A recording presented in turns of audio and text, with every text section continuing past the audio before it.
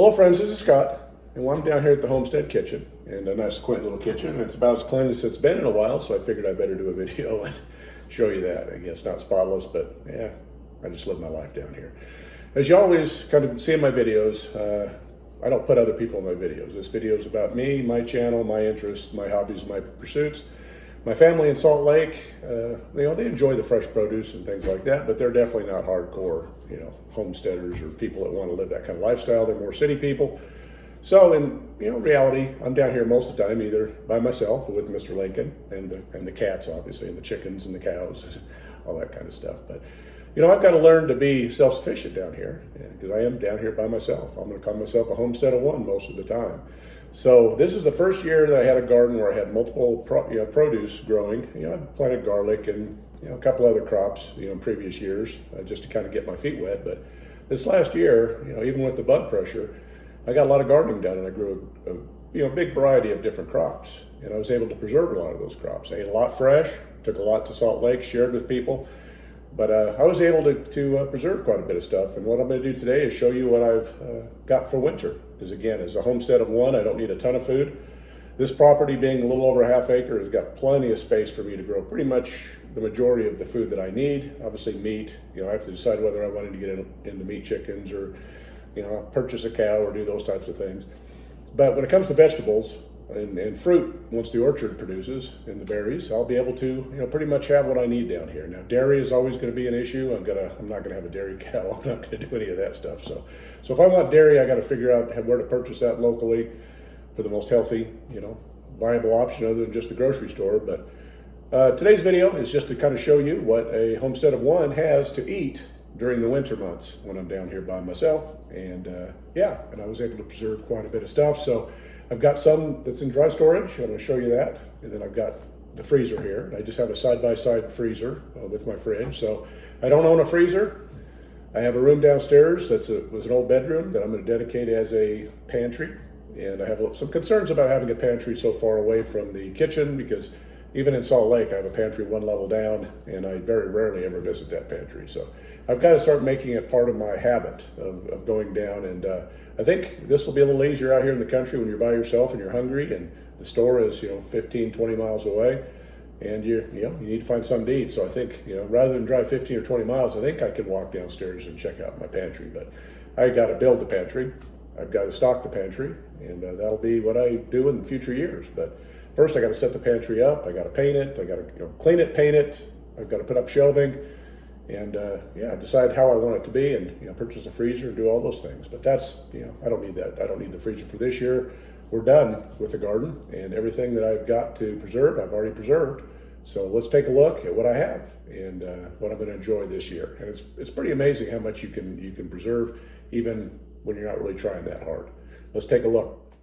So we're going to take the first look into the side-by-side freezer. And again, I've been eating produce all season long, so this is just what I have left. And as you see, it's kind of all mixed up because as you freeze, you don't obviously pull everything out to organize it. So yeah, that's something I need to do today while I give you this little bit of a tour as to what I have to eat. Now empty it out and put it all on the counter. Looks like we have a whole bunch of green beans. We have 9 quarts of green beans, which is here. We have 2 bags of dry dehydrated apples that are frozen and 1 bag of dehydrated pears. We have 3 quarts of salsa and then 3 containers of salsa. So I got lots of salsa. I've got a couple quarts of corn, sweet corn, that I cut off the cob. Looks like I've got 4 bags of cauliflower. And I have 8 bags of broccoli, which is this here, quarts. And I have 1 bag of hot peppers for more salsa, if I want to make some. Then we come on over here, past my clean dishes, we have lots of tomatoes. So we have, we have 6, and then 7, 8, 9, 10, and 3 quarts. So we almost have 11 gallons, almost, of tomatoes. And then we have 1 gallon of tomato sauce that's already made up. Just need to thaw that out and enjoy it. And then I have 2 bags of peaches from my dwarf peach trees in Salt Lake. And so I did bring a couple down here to enjoy. So yeah, I've got a few odds and ends on the counter still. So yeah, we've got quite a bit to enjoy from basically, and it's not a first year garden, but It's the first year that I planted multiple crops, and even with the insects and yeah, the dry weather, we did well. So here's a look at the organized freezer, and everything's in its place. And I've even got a little more room now that I've got it squared away so I can put some meat in here. So I got to go to the store, get some meat, because that's something I am lacking in this freezer. And this is what we have in way of dry storage. We only have 4 butternut. One's a little underripe, so I'm not sure if that's a good one. So really 3 decent butternut.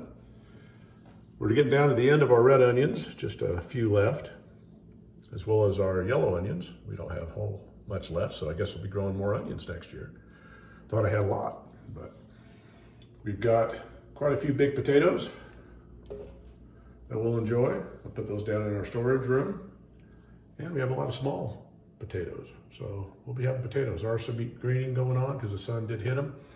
I had them covered up on the counter, but it didn't appear to work very well.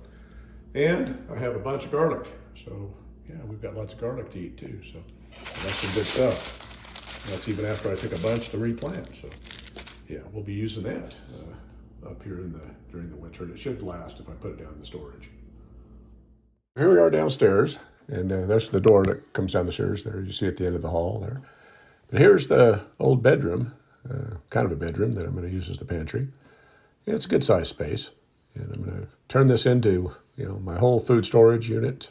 I'll get a freezer, again, shelving. I've got to design how I want to do it. I did a pretty cool pantry in Salt Lake City, did my own woodworking and stuff, so I think I'll probably do that too.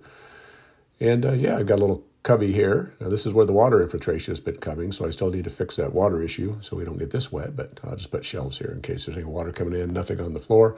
But that should be a good dark place for the produce. Let's take a look. The previous owner left me a thermometer and a humidity, and it looks like it's 50 degrees and 60% humidity, so yeah, it's pretty good. I'm going to be, that should be a pretty good situation. And again, it's been pretty warm, so it'll get cooler down here. But it's a nice size room, and I'm looking forward to making it into something. There's already a blackout curtain, so that'll help keep everything nice and dark. Well, there's my new and improved food storage, and from humble beginnings, you'll see great things coming. And again, we're for a homestead of 1 at the moment. It's doing pretty good. Thanks for watching this video. If you like what you see, please hit that subscribe button, like, share, and comment. Thank you.